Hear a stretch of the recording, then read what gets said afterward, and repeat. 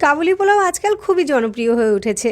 সহজে কাবুলি পোলাওয়ের রেসিপিটা শেয়ার করেছি, আর ছুটির দিনে এটা হতে পারে দারুণ একটা রেসিপি। কাবুলি পোলাওয়ের জন্য একটা মশলা রেডি করে নিব।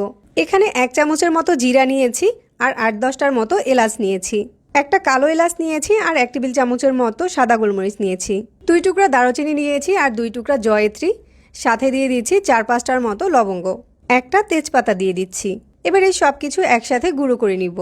আজকে কাবুলি পোলাওটা রান্না করার জন্য এখানে আমি 1 কেজির মতো খাসির মাংস নিয়েছি আর মাংসগুলোকে একটু বড় সাইজ করে কেটেছি। গরুর মাংস দিয়েও কিন্তু কাবুলি পোলাও রান্না করা যায়। এখন চুলায় কড়াই বসিয়ে 1/4 কাপ তেল দিয়ে দিচ্ছি আর 1 টেবিল চামচ চিনি দিয়ে দিচ্ছি।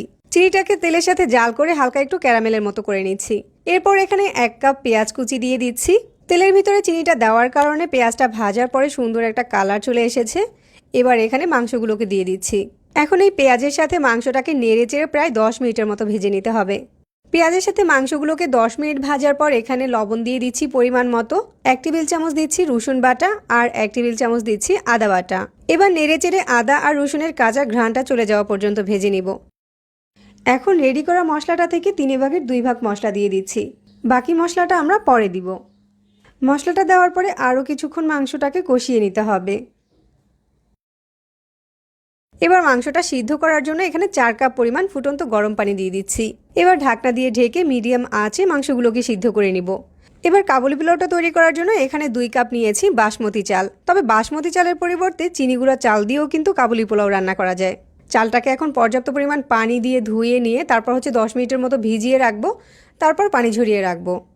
এবার কাবুলি পোলাওয়ের মেইন আকর্ষণটা রেডি করার জন্য পাত্রে 2 টেবিল চামচের মতো ঘি দিয়ে দিচ্ছি। 1 টেবিল চামচ করে দিয়ে দিচ্ছি কাজু বাদাম আর কিশমিশ আর 1/4 কাপ গাজর কুচি দিয়ে দিচ্ছি। 1 টেবিল চামচের মতো চিনি দিয়ে দিচ্ছি আর চুলার মিডিয়াম আঁচে এগুলোকে ভেজে নিচ্ছি। এগুলোকে হালকা করে ভাজা হয়ে গেলে কড়াই থেকে তুলে নিচ্ছি আর এই কড়াইতেই দিয়ে দিচ্ছি 1/2 কাপ কাবুলি ছোলা। কাবুলি ছোলাটাকে সারা রাত পানি দিয়ে ভিজিয়ে রেখে তারপর 10 মিনিটের মতো সিদ্ধ করে নিয়েছিলাম।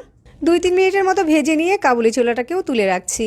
মাংস থেকে পানিটা টেনে এখন অর্ধেক হয়ে গিয়েছে আর এই সময়ের মাঝে মাংসগুলো কিন্তু প্রায় 90%-এর মতো সিদ্ধ হয়ে গিয়েছে। এবার এই ঝোলের ভিতর থেকে মাংসগুলোকে আলাদা করে উঠিয়ে রাখবো। মাংসের ঝোলটাকে আমি মেপে অন্য একটা পাত্রে নিয়ে নিচ্ছি আর সাথে আরও 2 কাপ পানি দিয়ে দিচ্ছি। তো এখানে 2 কাপ চালের জন্য পানি আর ঝোল মিলিয়ে 4 কাপের মতো দিয়েছি। 1 চামচ চিনি আর স্বাদ অনুযায়ী লবণ দিয়ে দিচ্ছি। ঝোলটা পুরোপুরি ফুটে উঠলে পানি ঝরিয়ে রাখা বাসমতি চালগুলোকে দিয়ে দিচ্ছি আর নেড়ে চেড়ে মিশিয়ে দিচ্ছি। চালটা ফুটে উঠলে মশলার বাকি অংশটা দিয়ে দিচ্ছি। আবারও একটু নেড়ে চেড়ে মিশিয়ে দিচ্ছি। চাল আর পানিটা সমান সমান হয়ে গেলে এখানে মাংসগুলো দিয়ে দিচ্ছি আর ভেজে রাখা বাদাম, গাজর, কিশমিশ, কাবুলি ছোলা দিয়ে দিচ্ছি। এখন একটা মোটা টাওয়াল দিয়ে এটাকে ঢেকে উপর দিয়ে ঢাকনাটা লাগিয়ে তারপর টাওয়ালের বাকি অংশটা দিয়ে এভাবে করে মুড়িয়ে রাখবো আর দমে বসিয়ে রাখবো 20 মিনিটের মতো। তো দমে রাখার পরে আমাদের কাবুলি পোলাও একদম রেডি। দেখতে কিন্তু কাবুলি পোলাওটা বেশ কালারফুল হয়েছে। সহজভাবে আফগানি কাবুলি পোলাওয়ের রেসিপিটা শেয়ার করার চেষ্টা করেছি। তবে খেতে কিন্তু আফগানি কাবুলি পোলাওয়ের টেস্টটা ভালোই হয়েছে। ছুটির দিনে বাসাতে এরকম একটা রেসিপি থাকলে কিন্তু একদম জমে যাবে। আশা করছি আজকের রেসিপিও সবার কাছে ভালো লেগেছে। সহজে রেসিপি পেতে আমাদের পেজ ফলো করতে ভুলবেন না আর চ্যানেল সাবস্ক্রাইব করে রাখবেন। সবাই অনেক বেশি ভালো থাকবেন। আল্লাহ হাফেজ।